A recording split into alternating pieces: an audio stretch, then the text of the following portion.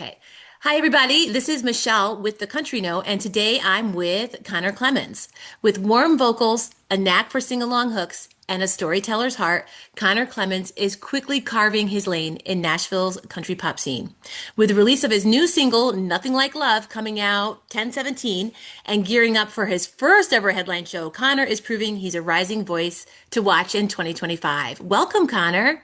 Hey, thank you so much for having me. Oh my gosh, I'm so excited. So, I'm my first question is wide open, my friend. Yeah. Tell us who is Conor Clemmons.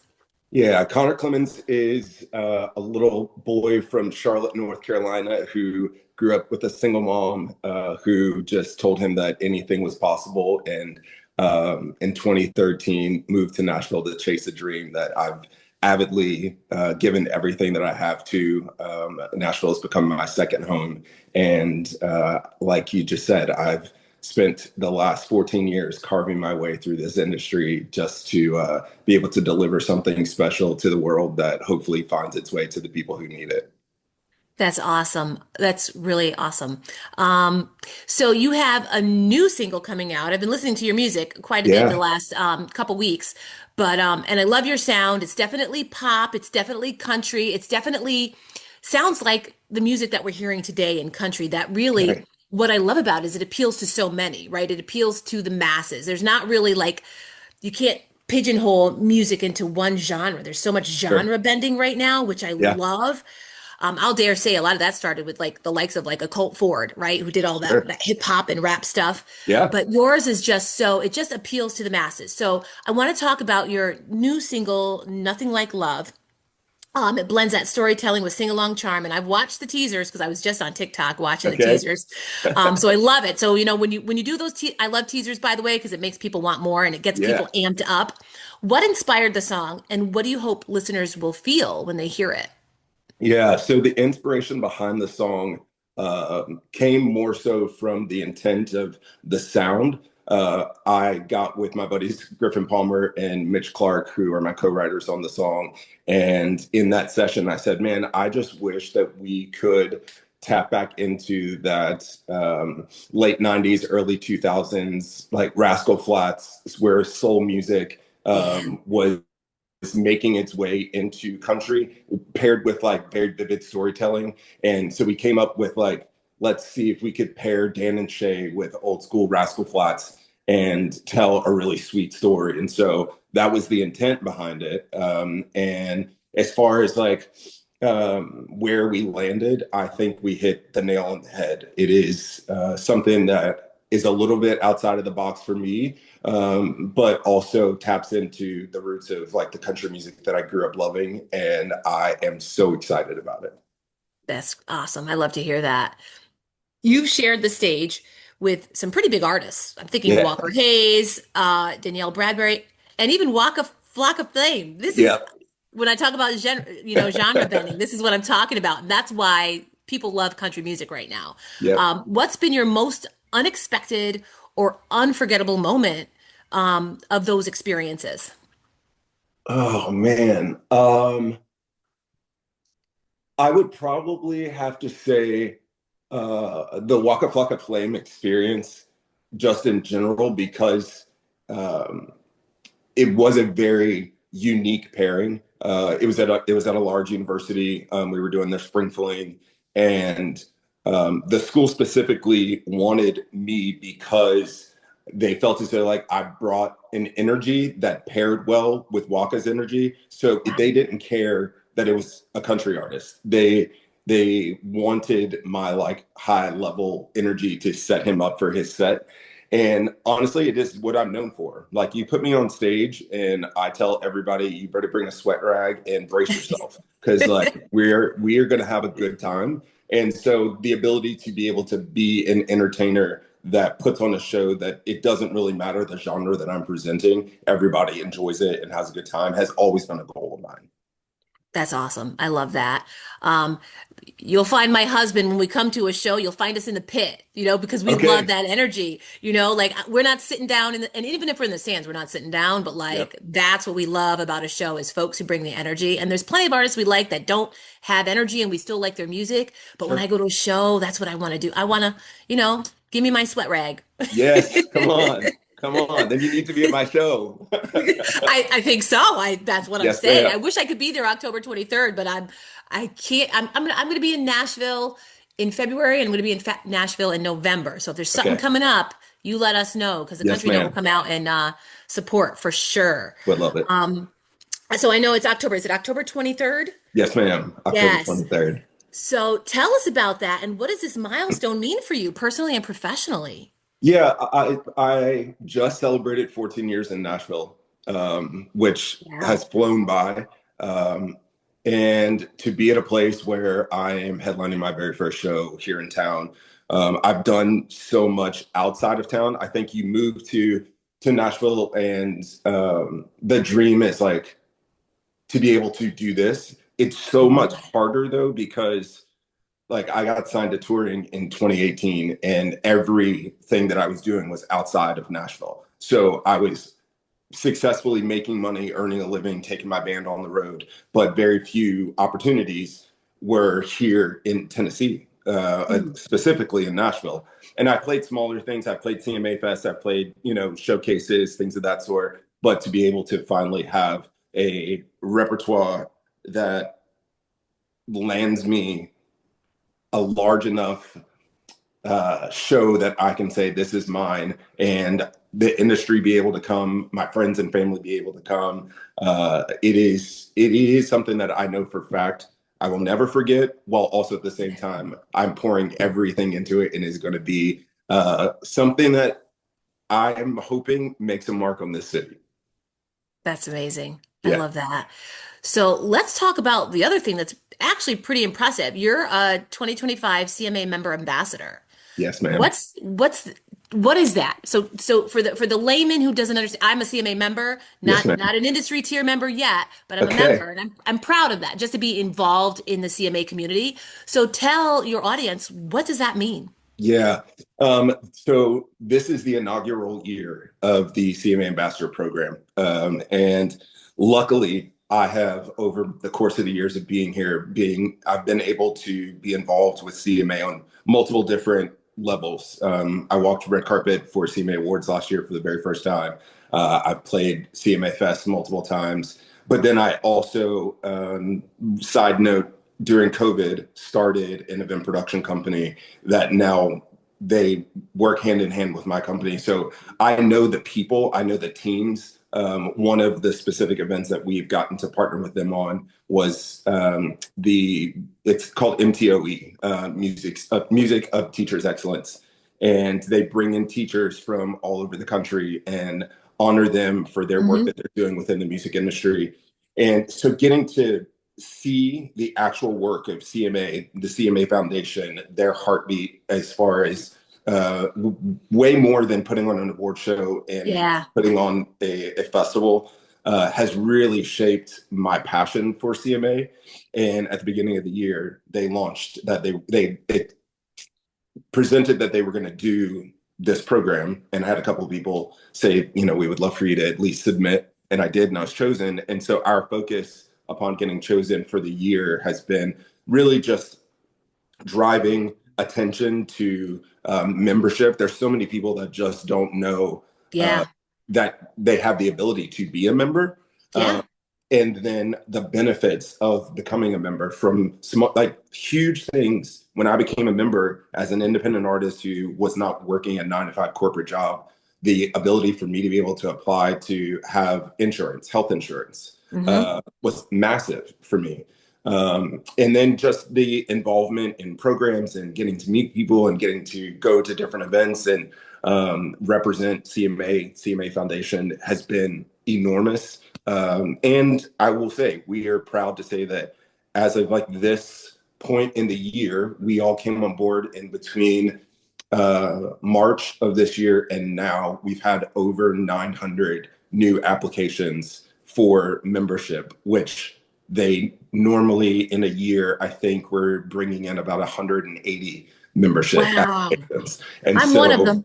yes, yes. So to see that, like, not only was this an idea that they gave life to, but to see that giving life to it actually did produce on a much larger scale than anyone could have expected. And for us to be Yeah. able, as the inaugural class, to say that we were a part of that is, yeah, it's very special.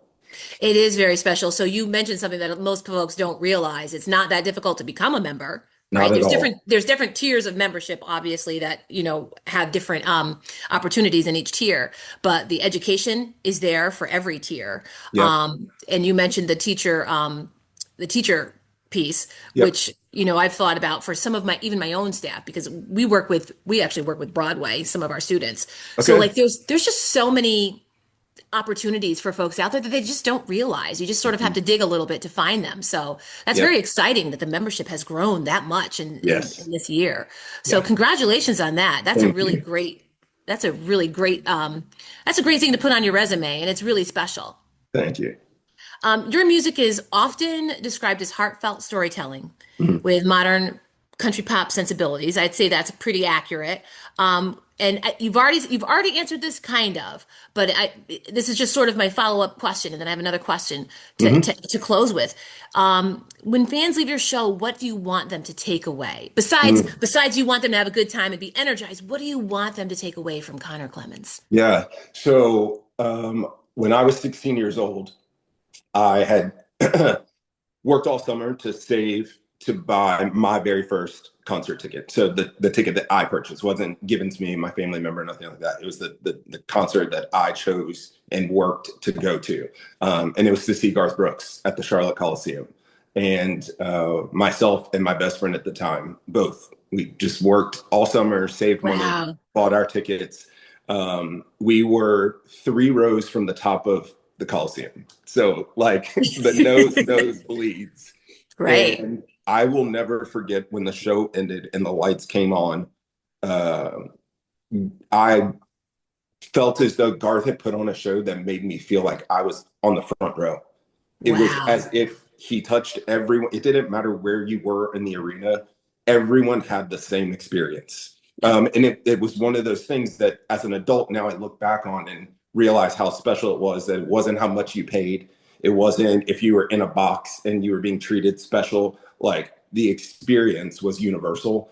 And so Hmm. the thing that I've always wanted to do is to put on a show and deliver an experience from start to finish that makes everyone feel like they're a part of something special universally. And also at the same time to be inspiring at the level that if some kid happens to be at my show who dreams of doing this, that like they leave knowing that it is possible. That's awesome. I love that. And you come from a place of, I say it all the time, and I lead from this perspective in my job of just being authentic. Mhm. That authenticity, and your story is really compelling. It's going to touch folks like me who grew up in a broken home, Mhm. and parents who worked really hard and it didn't work out for them. And some of the experiences I experienced as a child, coming from a home that was broken and a home that didn't have much at all. Yeah, Like my sister and I say all the time, we shouldn't be where we are. a hundred like percent, like a whoa, hundred percent. yeah, and Yeah, so proud of that. So, I my message to folks is all the time, and this is what I hear you saying, is it's possible. Anything's possible. It doesn't matter where you come from. And I love that message. I love that message for young fans, because I'm going to tell you right now, concert tickets ain't cheap. no. Mm-mm. So there are some of us will be just very happy to get those nosebleeds. I'm in a Yeah, place right now in my life where I could get pit tickets. Wow, how lucky. yes. Um, was not always the case. Come on. So, right? Yep, come on. Come on, that feels good, right? It feels good. I have to convince my husband, though, we can't always buy pit tickets because we can't sustain that forever. We are not rich by any Yeah, means. yeah, So, what's next for Conor Clemmons? I know you have your headlining show, and that's awesome. But yeah. where do you see your future? Yeah, it's a very interesting question because um, the country music genre has just gotten to a place that the magnifying glass is fully on it. Yes, it And is. it is the largest genre of music that I would say is just a global experience currently. We've got Hmm. multiple artists that are doing European tours left and right. Selling them Um, out. Very much so, doing multiple nights. Um, so when I moved here in 2013, the industry was very different. And I, as a person of color, coming to Nashville, had the hurdle of like, I just want to do what I do it great, and be known for that. And then the pursuit of that also got mixed up in the shifting of the music industry in general, with Mhm. streaming and labels and owning rights and all the things. And so now we've landed at, like you mentioned earlier, the genre bending of the industry. And so, like, as crazy as it sounds, I am trying to do what I did when I moved here in 2013, and that's just be as authentic as I can, focus on putting out Conor Clemmons and not trying to shift to be a part of the machine, and Yeah. instead just focus on building my own machine and making sure that it's running as well as it possibly can. So the music that I'm going to put out, the content that I'm going to put out, and the shows that I'm going to continue to do are more so focused on being authentically Connor than it is on being recognized, noticed, and trying to fit in by shifting or changing to the new norm of the industry. Yeah. So we'll see. There's new music down the pipeline. But right now I'm focused on Nothing Like Love and trying to give it as much love as I possibly can. And we'll follow it up with the music video on the 24th, and it features Awesome. a really special guest. And so, yeah, just taking it one day at a time, because I think if you try and think, 10, 20 steps ahead, by the time you get there, you're already behind Yeah. the curve. Yeah, no, definitely. So thank you for that. 2013, you probably wouldn't have had a lot of interviews by folks of color like myself because Yes, I've, ma'am. found my place in this space and I love my place in this space and I feel honestly very welcome. Yeah. I attend a lot of festivals, a lot of concerts, and I don't ever feel unwelcome. So Yeah, that, there may be people who have different views than I do, but I don't ever feel unwelcome. And I love that about this space. absolutely. So that's where I am with it, and I just love that I'm able to do this work. Well, it means a So lot. it really Means, does. So yeah, thank you. I appreciate you so much. So let us know because I'm thinking we can premiere that video. okay. Um, on the heels of this, which will come out in the next 24 hours or so, Yes, ma'am. we'll premiere the video, and I'm so excited. I'm so excited for this song to hear the full song. I've only heard teasers. Okay, I okay. actually I think I might have a link to the song. I think You I do do. have a link to I it. do. Yes, go get it. Go get after Um, it. yes, I will. And then we look forward to the video. So thank you so much for taking the time today. No, thank you so much for taking the time to have me. It means a lot. Oh, of course. Oh, we'll be talking again soon. I can Oh, tell. please. Yes, ma'am. Yes, ma'am. Thank you so much, Connor. And be Absolutely. sure to check you out. Where will you be on the 23rd? Yeah, so I'll be at the back corner in Germantown here in Nashville, and tickets are linked in my bio. Show starts at 7, and it's going to be one that you do not want to miss. I'll link it in the article. Folks, go out and see him. I'm trying to get my sister and my niece to come down see you. They're in Lewisburg, Tennessee, Hey, right up come the on. road. Come So on. we'll see. All We'll right. see. Thank you so much. You have a great one, and I You look as forward to well. talking to you soon. Thanks, Michelle. Appreciate you. Awesome. Bye bye. Bye.